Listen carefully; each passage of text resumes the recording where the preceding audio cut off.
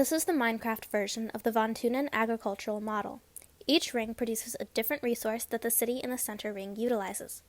Starting in the center ring, this is the Metropulos Metropolis. All of the villagers live within this ring. In the next ring, you'll find dairy cows and fresh produce, which is represented by the flowers you see here. Milk products and fresh produce spoil quickly, and for that reason need to be within a short traveling distance of the city.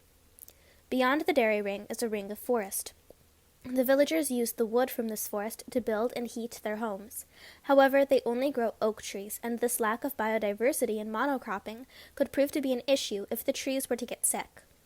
Next is the extensive agriculture ring, where all of the food crops are grown. The villagers of Metropolis farm 8 different crops extensively, which include wheat, potatoes, carrots, beetroots, pumpkins, melons, sweet berries, and sugarcane. To best utilize the circular shape of the ring, they use the French long lot system to grow their crops, planting them in long rows along irrigated channels. These channels were made before the crops were planted and do not account for the varying water needs of the plants, such that sugarcane requires more water and berries need less. The next ring is where livestock is farmed. Metropolis raises 4 types of animals, including cows, pigs, sheep, and chickens. Meat products are easier to transport long distances, so it is okay that this ring is the farthest from the city. According to the Thünen model, all goods are transported via ox cart.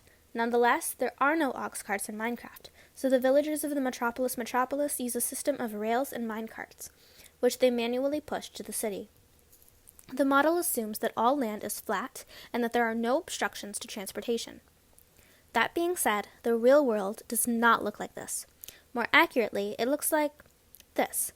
This is the real Metropulos Metropolis, not the ideal Thünen version. The villagers build their homes out of concrete and deep slate, and heat them with coal. They mine these resources in the abundant cave systems branching from the dormant volcano bordering the city.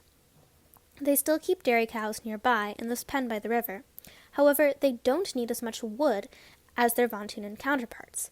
When they do need wood, such as for the dock and boats you see here, there's a natural forest just across the river, as well as jungle and savanna biomes nearby. Most of their food crops are grown just over here in an extremely fertile patch of land between 2 rivers. They use the meets and boundaries system, working with the landscape and water bodies to most effectively grow their crops. They grow the thirsty sugarcane along the riverbank and dry-growing berries in a waterless portion in the center.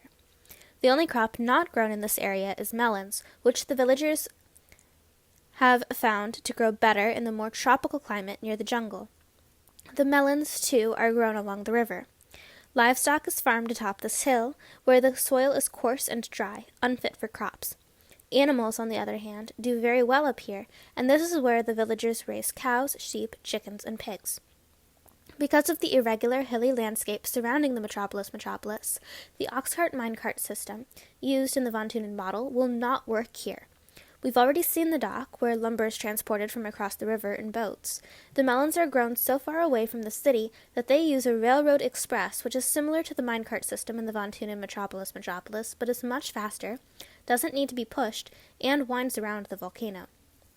Animal products are dropped down the hill in a hopper system, and then transported the rest of the way in trucks, which are how the rest of the crops are transported. While the Thünen model looks ideal, it does not account for a more realistic terrain. It looks great in Minecraft, but in real life, it would never work.